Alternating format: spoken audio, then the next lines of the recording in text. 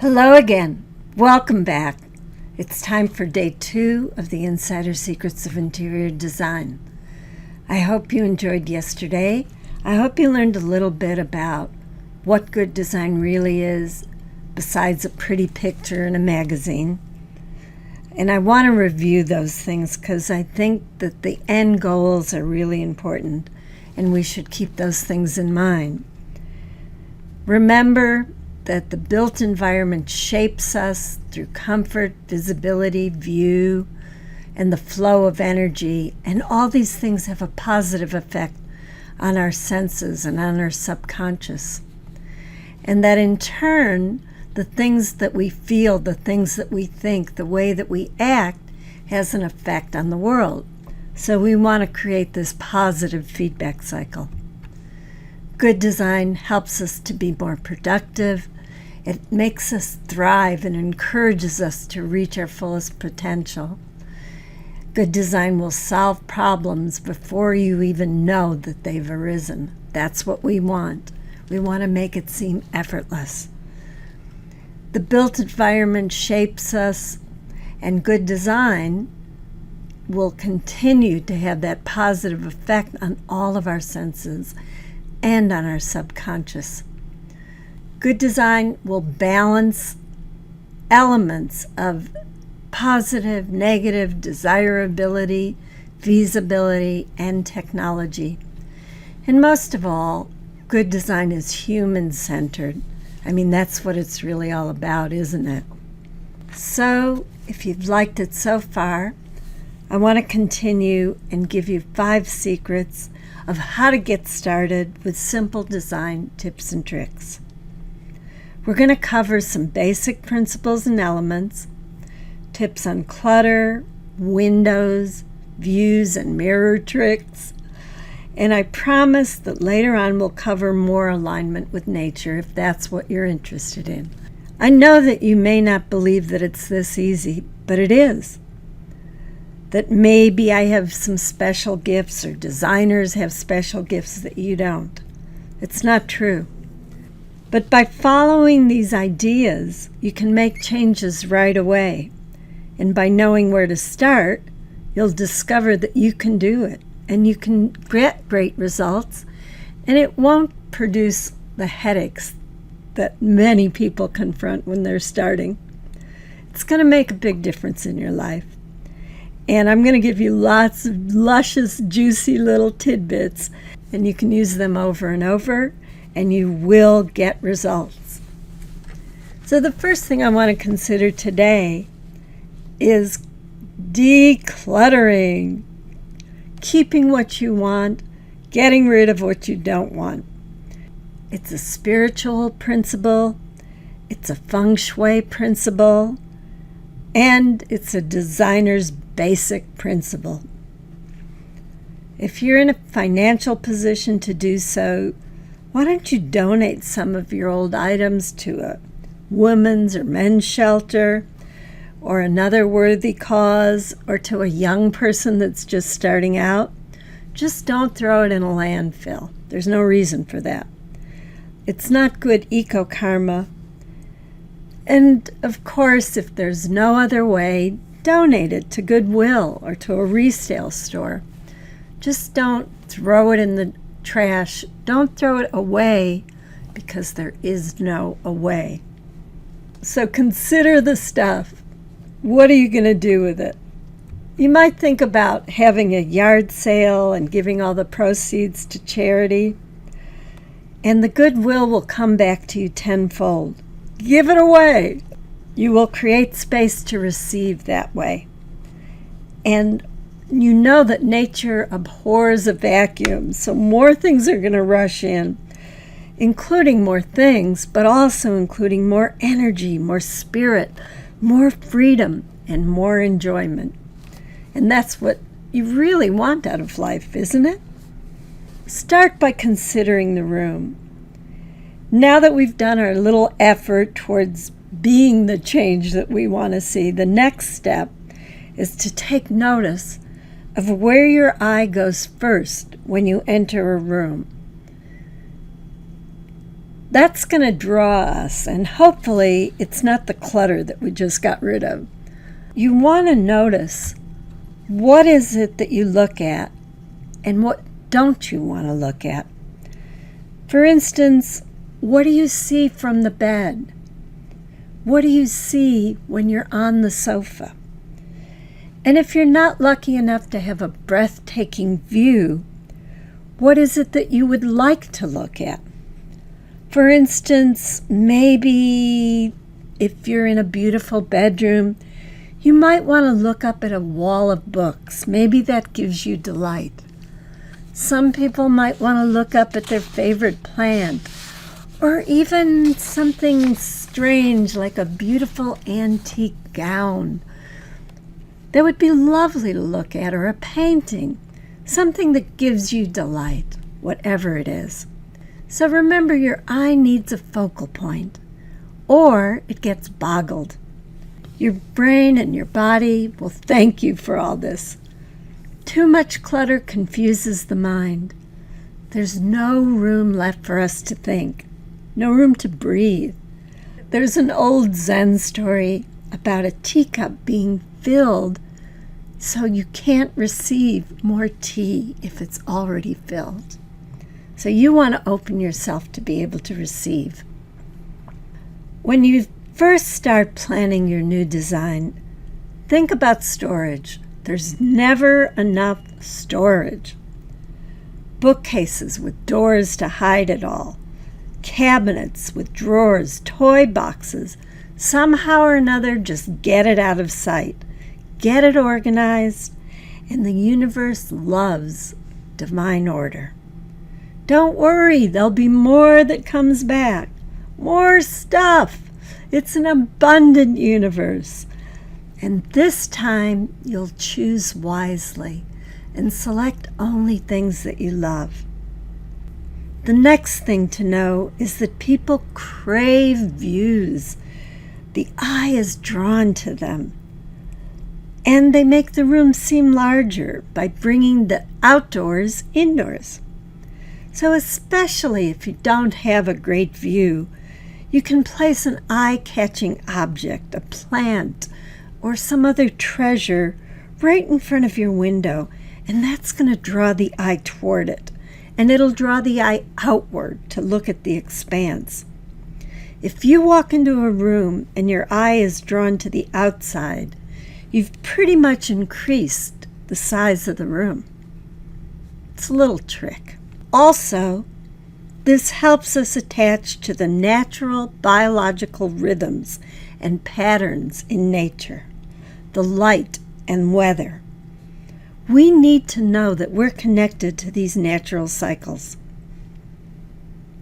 Nowadays, most of us spend more time indoors than outdoors, so we're out of sync with our natural patterns. These natural patterns have been established over millenniums. We're humans. We need this. This is one of the reasons why our health, physical, mental, emotional, is out of tune. We are ignoring the natural rhythms of nature. Unless you make some effort with mega meditation, which some people do, unless you make a concerted effort, it's not going to just show up. It shows up, but we need to bring it to our attention. We need to incorporate it into our lives. In interior design, this is a new field of study. And if you're interested, I can teach you a whole section on biophilia, as I do in my university classes. But for now, just know that you want to be aware of the seasons and of the time of day. These are very important to us. So what if I don't have a view? Or if I have a view that I don't like? What then? You know, we can fool the eye. And one of the ways we do that is with a mirror trick. You can use mirrors like windows. They make the room seem bigger. And if you have a great view, you can use a mirror on the opposite wall, and that view will reflect back into the room. So now you have two walls instead of one. A mirror is also going to reflect light back into the room, and that'll make it more lively. Magicians aren't the only ones who use mirrors for tricks. Interior designers have a trick or two of their own using mirrors. If you're still craving light from a window that just isn't there, you can use shiny surfaces, and that'll reflect whatever light you do have, and it'll give some sparkle to the room, making it seem more alive. Even with dark colors, even with this very sophisticated look, there's a little sparkle, a little light. Using a mirror will draw the eye, and so will a painting. Paintings draw the eye, especially if they contrast with the wall color. It's kind of like another kind of window. This time it's a window into another world. Another little light trick would be to have a whole wall of curtains, or one solid wall instead of a choppy, itty-bitty pieces of window arrangements. And this will fool you into subconsciously thinking that there's a full window behind it. So just be sure to be strategic about when you want to open the curtains and when you don't. You do need to let a light in sometimes. And very quickly, there's another great effect to try hanging curtains at the top of the wall. And again, this creates a less chopped up wall. It gives a more luxurious look and feel. The next thing we want to consider is what you like and what you don't like. So name them, write them down, analyze them. Just say, oh, I don't know. That's not an answer. Ask yourself, what would you like to emphasize? And what could you just not bear to part with? And what are you ready to get rid of? So some of your features might be great daylight, a good view, a high ceiling, a precious antique, and conversely, some of the problems might be an awkward space, wasted space that isn't being useful, spaces that are really too small, too many badly placed openings in a room, and the number one problem, not enough storage. Every woman knows this problem. Just look in any closet all over the world. What are the architectural elements? What are the things that cannot be easily changed? The architecture itself. What are the features that can't be moved? The windows, the doors, the fireplace, things like that. These are going to set your features that you are going to design around. Remember the view, if there is one. This is going to be the basis of our design. It's usually good to use elements that cannot be changed as your hubs and arrange your furnishings either parallel or perpendicular around those features. Usually diagonals don't work, sometimes they do, but we like looking at our fireplaces or out the windows. So set up your main elements around those views. In other words, work with what you got. One of the big mistakes that beginners make is making every room different. The rooms should all look like they belong to the same family. They need to flow. Even if your child wants a purple unicorn, it can be woven into the tapestry of the overall design with just a little bit of tweaking. So the room should look like it belongs in the same house. And these are some of the ways you can do it. With color, with mood, with a style. So take your time, get organized, and don't fall in love with every passing desire that catches your fancy. This is a long-term relationship, a long-term commitment. In order to tie your rooms together, let's think about coloring the house with an overall theme. You can always add to that theme. You can always accessorize and add colors to it, but there should be some basis, some form of unity. So if your basic colors are blue with pops of white, consider one room that focuses on the blue and another room that focuses on the white, with maybe blue and green accent, or one room that's white and blue with a little yellow accent, just little pops of it. Or maybe you can use some of the same materials, like a wood floor that runs throughout the house, or maybe the same line or the same styles.